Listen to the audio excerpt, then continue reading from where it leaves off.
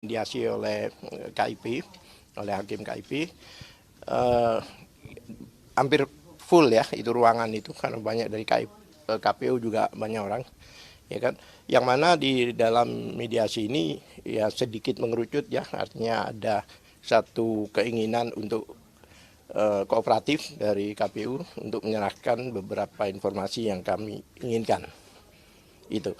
Jadi dia akan berikan kami informasi-informasi, kami nggak sampaikan ya seperti apa, tapi sesuai dengan permohonan kami. Diberi waktu 7 hari maksimal. Dan mereka sepakat dan sudah ditandatangani langsung oleh Pak Bona ya, oleh Pak Bonatua sebagai prinsipal kami. Ya kan? Kami kebetulan dari tim pembela penegak keadilan ini kita sepakat tadi ya, bahwa nama tim kita ada tim pembela penegak keadilan dengan para advokat ini. Oke, barangkali dilanjutkan oleh Gofur. Ya, baik. Ini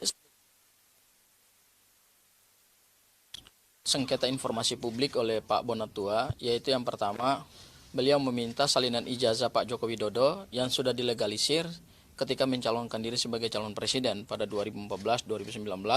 Kemudian yang kedua juga salinan ijazah yang dilegalisir pada pemilu presiden 2019 dan 2024. Dan kemudian yang terakhir adalah berita acara penerimaan ijazah oleh KPU dari tim sukses Joko Widodo, Pak Joko Widodo dan Yusuf Kala periode 2014-2019. Nah, dari 3 dokumen itu, 2 sudah dipenuhi oleh KPU, yaitu salinan ijazah terlegalisir 2014-2019 dan 2019-2024. Hanya satu yang belum diserahkan oleh KPU, yaitu berita acara penyerahan atau berita acara penerimaan salinan ijazah terlegalisir periode pemilihan presiden 2014-2019 itu yang belum diserahkan. Nah, yang dimediasi hari ini mengerucut kepada berita acara penyerahan atau berita acara penerimaan ijazah salinan terlegalisir 2014-2019 karena Pak Bonatua sudah menerima 2 dokumen terlebih dahulu, yaitu salinan ijazah terlegalisir 2014-2019 dan 2019-2024 itu beliau sudah terima. Nah, hari ini yang dimediasi oleh Komisi Informasi Publik itu adalah ada tenggang waktu 7 hari. Kemudian nanti setelah 7 hari, paling lambat 7 hari KPU harus menyerahkan berita acara penerimaan ijazah Pak Joko Widodo untuk pemilu presiden 2014-2019. Sementara untuk sengketa yang berkaitan dengan ijazah Pak Joko Widodo itu akan masuk dalam proses adjudikasi. Artinya akan disidangkan oleh komisioner terkait dengan ada 9 item informasi publik yang ditutup oleh KPU. Tadi memang juga dimediasi agar supaya ada beberapa permintaan apakah bisa dibuka enggak oleh ke publik. Tawaran dari KPU tadi sebetulnya mereka hanya ingin memperlihatkan saja 9 item informasi yang ada dalam ijazah Pak Joko Widodo yang ditutup selama ini, yaitu ada tanda tangan rektor, ada tanda tangan dekan, ada tanda tangan pejabat UGM yang mengesahkan ijazah, kemudian nomor seri, kemudian tanggal lahir. Pokoknya intinya ada 9. Tadi ditawarkan oleh KPU supaya cukup diperlihatkan saja kepada Pak Bonatua. Tapi kemudian Pak Bonatua bersama kami selaku tim kuasa hukum dipimpin oleh Pak Al-Katiri, kemudian juga ada Bu Kurnia, kemudian ada Bang Azam, dan ada yang lain. Kami secara tegas menolak. Kenapa? Karena kalau diperlihatkan saja ke Pak Bonatua, berarti itu kan bukan informasi publik, itu informasi pribadi. Nah, kan kepentingannya Pak Bonatua kan adalah ingin mendapatkan informasi itu, kemudian beliau akan membuka itu kepada publik melalui satu hasil penelitian ilmiah. Oleh karena itu, kesepakatan kami tadi bersama KPU adalah kami akan menantang KPU dalam proses adjudikasi.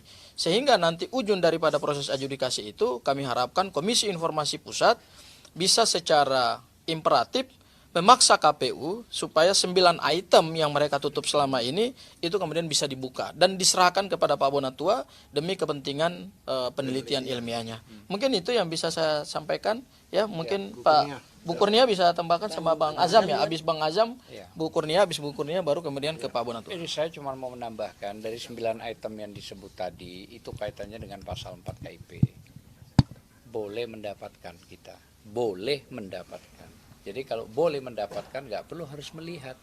Berarti kita mendapatkan tuh pasal 4. Lanjut. Ya, bismillahirrahmanirrahim. Kami ingin mengatakan kepada masyarakat Republik Indonesia bahwa sidang Komisi Keterbukaan Informasi Publik ini memang merupakan suatu sarana ya di mana antara masyarakat dengan badan publik untuk mendapat informasi yang transparan, akurat, yang senyatanya susah untuk didapatkan dalam tenggang waktu tertentu. Kita harus memahami bahwa ini adalah fakta. Ada semacam lembaga-lembaga publik yang tersandra pada hari ini hampir 10 tahun terakhir. Let's say ambil contoh KPU RI, KPUD, kemudian mungkin UGM sendiri, bahkan kepolisian, ya, bahkan ANDRI.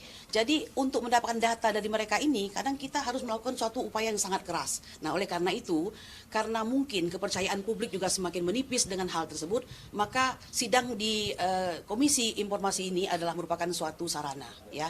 Nah, kami hanya mengharapkan bahwa semoga para hakimnya nanti masih tetap konsisten karena so far so good, mereka cukup clean, cukup clear dan berkeadilan, dan ini masih memberikan harapan ya. Karena apa? Harusnya memang kalau kondisi peradilan kita yang berpancasila, kita tidak akan memerlukan urat leher yang terlalu banyak dikeluarkan untuk bisa mendapatkan hal tersebut begitu. Jadi saya kira semoga Pak Bonatua mendapatkan apa yang diharapkannya lewat sidang-sidang kita ke depan. Terima kasih. Ya. Udah ya, terima kasih ya.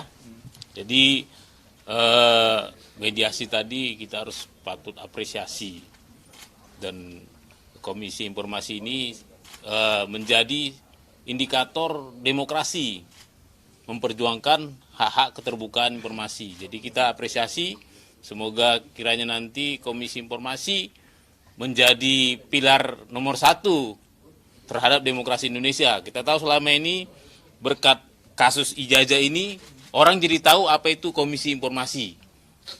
Nah, semoga nanti Menteri Komdigi bisalah memberikan apresiasi yang lebih tinggi ya, setara mungkin dengan komisi-komisi lain seperti KPU ya. Kita jujur saja saya lihat begitu agak timpang ini Komisi Informasi dengan KPU. Sementara KPU berlimpah fasilitas, di sini kayaknya kita juga rapat tadi minum juga susah ya. Seperti itu. Nah, itu terkait intermezzo. Yang kedua, ya kita boleh bicara Ijazah tapi kita tetap berduka. Ada 400-an ya meninggal di bencana alam di Sumatera Utara, Aceh dan Sumatera Barat. Nah, semoga keluarga yang berduka cepat dipulihkan. Ini belum termasuk korban-korban materi ya. Nah, terkait materi, jadi sebagaimana teman-teman tak ketahui bahwa kami adalah yang berhasil memperoleh salinan Ijazah ini. Ini yang tahun 2019. Jadi di sini kan banyak ditutupi, ada 9 item. Nah, ini sebenarnya hanya sebatas kertas kalau tidak ada dokumen verifikasi yang mengalaskannya, yaitu dokumen-dokumen verifikasi. Inilah yang saya minta di mediasi tadi. Karena untuk Ijazah tahun 2019 itu sudah diberikan. Tapi untuk Ijazah 2014 itu belum diberikan sama sekali. Kita kan ingin tahu sebenarnya ini yang dikasih fotokopi ini apa sih? Apa sih bukti-bukti yang mengalaskan bahwa ini bukan sekedar kertas? Bukti pendukung lah. Bukti pendukung. Dan ini juga kita pakai untuk menjadi bukti-bukti di pengadilan, termasuk di MK. Bukti-buktinya. Tadi, alhamdulillah ya, tadi berkat Pak Mediator, kita bersepakat dengan KPU untuk diserahkan seperti tadi Paling lama 7 hari. Paling lama 7 hari seperti itu. Nah, tadi juga berusaha tim KPU kooperatif juga memediasikan 9 item yang disembunyikan ini. Tapi karena kita bersepakat ini adalah dokumen publik, saya tidak mau hanya saya yang melihat ini. Sebenarnya tadi tergoda juga saya. Hampir tergoda. Kenapa? Tawaran itu sangat menggiurkan. Hanya saya yang bisa melihat. Berarti kan saya orang penting nanti kan? Tapi saya tidak mau. Ini kan dari awal juga ini untuk publik. Sebagian mereka ketahui juga ya Pak Mike ya, Kementerian Dasar Menengah juga, Kementerian Pendidikan Dasar Menengah juga menawarkan hal yang sama seperti saya. Ke saya, hanya saya yang melihat. Tapi saya tidak mau. Ini sekali lagi ini untuk publik. Untuk teman-teman media saksikan dan di-share ke publik. Mungkin gitu, ada pertanyaan? Pak, kenapa minta 9 item dari KPU? Sebenarnya kan abang saya pada saat itu bilang bahwa ijazah yang autentik itu di antri. Itu kenapa? Ya, jadi tadi ini ada 9 item, tapi dari mediasi tadi saya jadi minta 3. Yang utama yaitu tanda tangan rektor, tanda tangan ini, tanda tangan dekan, tanda tangan yang legalisir. legalisir. Ini yang sebenarnya yang bisa diautentikasi. Ada yang tanggung jawab. Ini yang bisa diverifikasi, klarifikasi. Kenapa? Ini satu-satunya di dunia yang punya, yang mirip, yang mengeluarkannya. Jadi Andri pun nanti pasti dia ketika dia menerima pelimpahan dari KPU pasti dia ngecek tanda tangan ini juga. Wajib. Kenapa? Ini kan mengandung Legalitas lah. membawa masa lalu ya, jejak-jejak masa lalu ya, tanda tangan orangnya yang ini malah ada yang udah meninggal banyak ini. Seperti itu. Artinya tidak bisa direproduksi lagi tanda tangannya. Kalau yang nomor-nomornya kan tinggal ketik aja. Nah, tulisan lagi tinggal dibuat ya. Seperti itu. Pak, tadi ada ditanya nggak yang dimasukkan berkas ke KPU itu apakah A4 seperti itu? Ataukah ijazah sebenarnya kan lebih besar? Ya, makanya sebenarnya seharusnya kalau itu memang sebagai salinan asli, itu harus sesuai, ukurannya juga sesuai. Makanya itu kalau memang ada dirubah-rubah, itu kan bisa katakan diedit. Kalau menurut Kapolda waktu itu, mengedit itu adalah perbuatan melawan hukum. Ya kan? Ya, kalau dikatakan mengedit, ya KPU yang mengedit. Kalau kawan-kawan kita RRT dan sebagainya itu menganalisa, tidak pernah merubah atau memindahkan.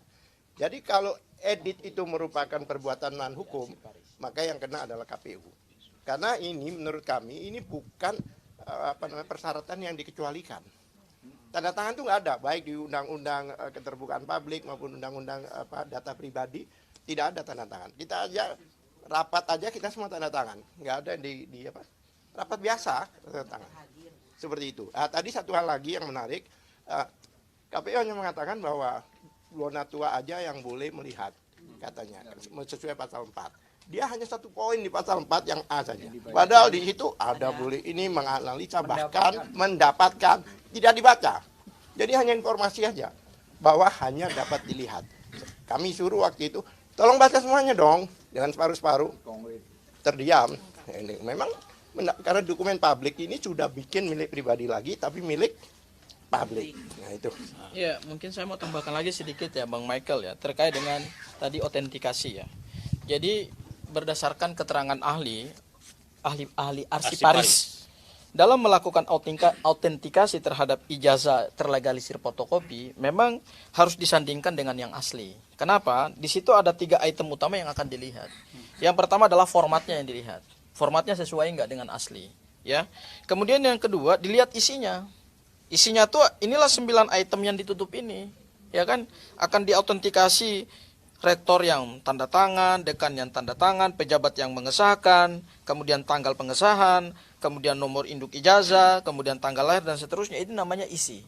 Kemudian yang ketiga akan dilihat adalah struktur daripada ijazahnya, gitu ya. Struktur itu berarti semua daripada item-item ini sesuai nggak sih dengan struktur aslinya. Nah ini yang sampai hari ini kita tidak pernah mendapatkan kepastian dari KPU apakah memang sudah dilakukan autentikasi apa belum.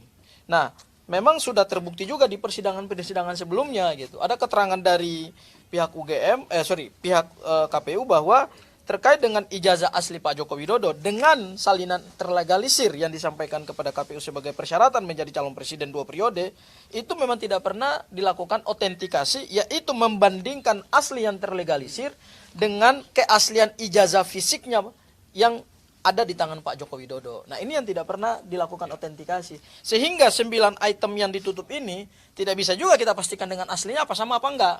Ya, itu yang bisa saya tambahkan ya Pak Bonatua ya. Jadi saya pertegas lagi bahwa karena ini kebutuhan publik. Publik itu adalah rakyat. Karena diatur dalam pasal 1 ayat 2 Undang-Undang Dasar 1945, rakyat yang memiliki daulat di negeri ini. Maka tidak ada alasan ini tidak diberikan kepada publik. Karena ini pentingnya bahwa publik harus mengetahui. Kenapa? Pada saat duduk semua pajak dari rakyat. Semua gaji dari rakyat. Maka tidak ada alasan. Masa rakyat mau minta harus dipersulit? Mungkin cukup. Pak Bona, apakah tadi dibicarakan nanti ini akan diautentikasi ke Andri atau tidak di mediasi tadi? belum. Jadi Belum. mungkin saya terangkan juga nanti sebentar, dari sini kita langsung masih sidang Ada sidang lagi, Mas. sidang Kita lagi. sidang dulu ya. Terima kasih Pak Michael, nanti pertanyaan akan kita tanya. Tapi nanti sidangnya mereka akan membuktikan uji konsekuensi 9 item ini kenapa disembunyikan. Di situ nanti terbuka, sehingga nanti bisa aja kita arahkan ke autentikasi ke Andri. Karena kita bilang bisa aja, kita juga butuh verifikasi, klarifikasi Andri, seperti itu. Ya. Oke. Kami sidang dulu ya. Karena nanti sidang ini. Terima kasih ya media ya. Teman-teman media ya. Mau lanjut langsung. Lanjutkan. Kita lanjut sidang. Sekarang lanjut. Sekarang lanjut sidang. Nanti habis ini juga, habis dari sini sidangnya langsung ke tentang Kementerian Pendidikan Dasar Menengah. Iya.